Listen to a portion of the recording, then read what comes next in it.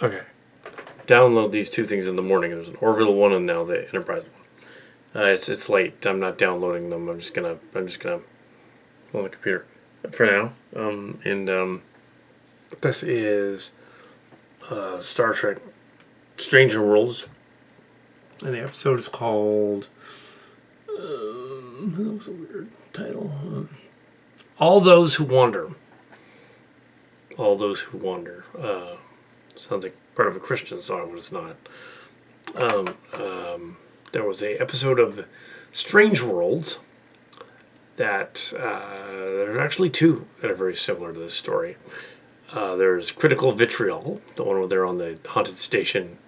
There's a weird thing going on, and also the episode right after it. There was an episode called the Pitch at Valerian, which was essentially the Red Letter Media guy's pitch for Star Trek Galaxy, but done as a silly Trek. Starship locations with their names changed slightly, so it wasn't them. And story slightly on the Ventura in that case. Another ship similar to the Chimera. It's an older ship. The past gets encountered on the planet that's crashed. Same idea. There's a crashed ship on the planet. In the Cillian version, the Strange Worlds, just a few months ago, about a year ago, I guess now at this point. Some months ago, we had this the Strange Worlds Chimera thing. This episode is not quite that, but we knew some of where they were going with their version of Strange Worlds, so we were like, well, we're not exactly going to do that, because they're going to do something else. They're going to do something more like a haunted thing with a nod to Jurassic Park with little dinosaur Gorn things running around, and an alien ripoff, more so than ours ended up being. There were alien elements, but we took them out. There were Jurassic Park elements, we took them out because we couldn't film that. We didn't have. We could have got some toy dinosaurs, I suppose, and done something, but we decided not to. Let's just do a straight up haunted ship story for our version. So we didn't really have a problem with that. So yeah, this was All Those Who Wander. This episode, some of the ensigns are about to get commissioned, including Uhura, and obviously when they introduce 2 or 3 characters in the beginning of a fantasy or horror story, some of them are inevitably going to die. We know Uhura isn't going to die, so it's going to be the other 2 guys. So yeah, evidently, spoilers. Evidently, the character of Hammer was only supposed to be in 9 episodes this season, and this other guy. But yeah, so sure. He got on this crashed ship on the planet. There's a crashed Constitution class ship, or something very similar. Kind of like a mirror ship, but it's not. There is a infected alien and a girl. The girl's like a newt from Aliens. There's an alien who's got like spore things living inside him. Kind of like the virus multiplies and goes. Actually, it's like the bluegills. It's a little like the bluegills too, because the bluegills and the tribbles, the bluegills were riding the tribble inside the tribbles, giving them intelligence and sentience. In the Tribble Hunt, the Great Tribble Hunt, the Starship Locations premiere.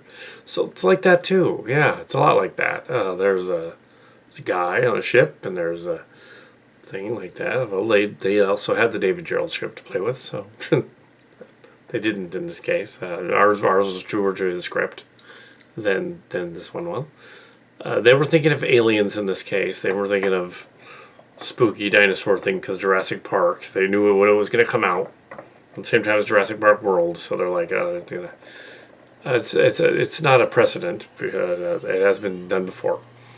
There was an episode of The Next Generation that did a Robin Hood episode on the holodeck with Q right around the time a Robin Hood movie came out. There was an episode of Star Trek The Next Generation where they did a Sherlock Holmes. Right around the time there was going to be a Sherlock Holmes type of thing coming out. So they've done that before. And then in reverse, DS9 would have elements of other shows, including Man from U.N.C.L.E. and Gilligan's Island. And things. Like Gilligan's Island was on the bridge of the Enterprise D. If you look at the engineering section, there's a Gilligan's Island characters mentioned. Also, the Jupiter 2 is on the, I think, the Voyager in the diagram on the wall. But yeah, so also Cheers is directly referenced in DS9 vicariously through Morn. Morn is Norm from Cheers. And that is true. Morn is Norm from Cheers. Which is partly the reason they couldn't have him say anything. Although as a parody they could have, really, given him lines they could have. Also, there's also Quark, at least Armin Shimmerman's character of Quark, not all Ferengi. Armin Shimmerman said so at a convention, on at least two occasions in the 90s. My character is modeled after a politician, because it's referenced in the pilot. And everybody in the audience knew at that time it was a guy named Ross Perot. And although people on Trek Core have since said, oh, no, that can't possibly be. Well, they weren't at the convention with Armin Shimmerman who said that. So. And he was only, he may have been somewhat, I don't think he was joking either. I think he just figured, over the years, why keep mentioning that? Because the guy's not relevant after, 1996. But back in 93, he was relevant. So they did that. They made him Ross Pro. Basically a rich money guy who runs a casino. Yeah. So yeah. But yeah, so they've referenced other TV shows going on at the time. This is no different. A spooky sort of damaged ship. It also allows them to make most of the effects done without in the story in a bottle show.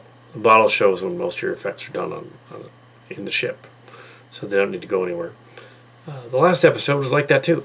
So they've blown their budget apparently by episode 8 and 9, and they're on the ship. The ice planet is similar to the other ice planet. There's an ice planet briefly where they show the crashed ship, which was in the previews. It's this other vessel that crashed there. It's not the Ventura. It is named after another Sicilian ship. It's not the Ventura. It's a reference to something. You can go look it up. Going on the planet, and apparently these are different kind of Gorn that reproduce for the virus that spits on people and it reproduces on them, which doesn't make any sense. That biology doesn't make any sense. They would do that. Why was it saving the girl? That they didn't explain that. How would it do that? If it was like the bluegills, then it would be like, well, okay, it's not actually going to change into a Gorn. It's just a parasite that's stuck to him. It's controlling him. That makes a little more sense, but that's not what happened.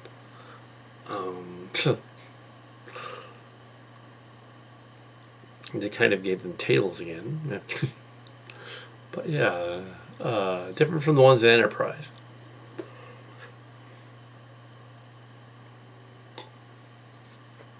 So, all those who wonder. An earlier version joked about on the Chatto channel was Hair Today, Gorn Tomorrow, but that's not what it was called.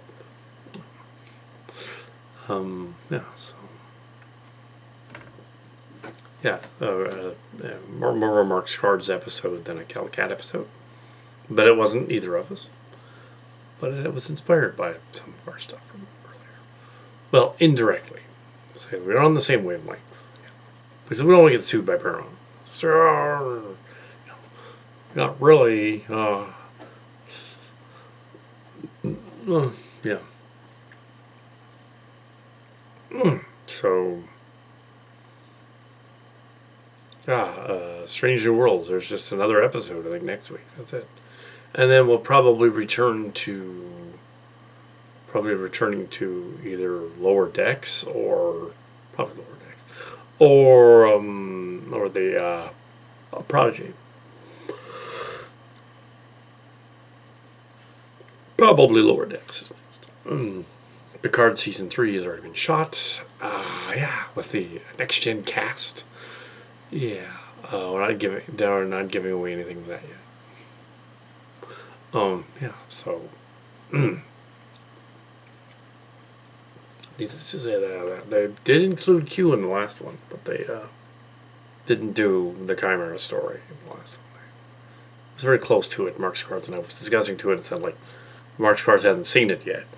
I said they were trying to do Silly Shrek. They just didn't. This one does suffer a little bit from. He didn't see this episode. He's talking about Picard, but in this episode, it does suffer from the same thing the Disney shows with the Marvel Star Wars ones do, and that the solving of a scene is not as punchy if you're just writing characters off and saying, okay, you're done. Now we're gonna go somewhere else, or rescuing the ship and kind of leaving things open ended. I guess the one lady it's gonna go with the kid somewhere. They didn't check the kid for anything like bugs or anything. Yeah. We do get the doctor thinking that the kid was his, but that was weird. But he was hallucinating or something. Yeah, the people were acting weird on the planet. Spock got angry, and yeah, and then the guy died. The dude, Hammer, died, and then Spock got upset. Nurse Chapel comforted him. Yeah, Uhura got her uniform at the end, and yeah, so I would assume she'd be ensign Uhura at that point.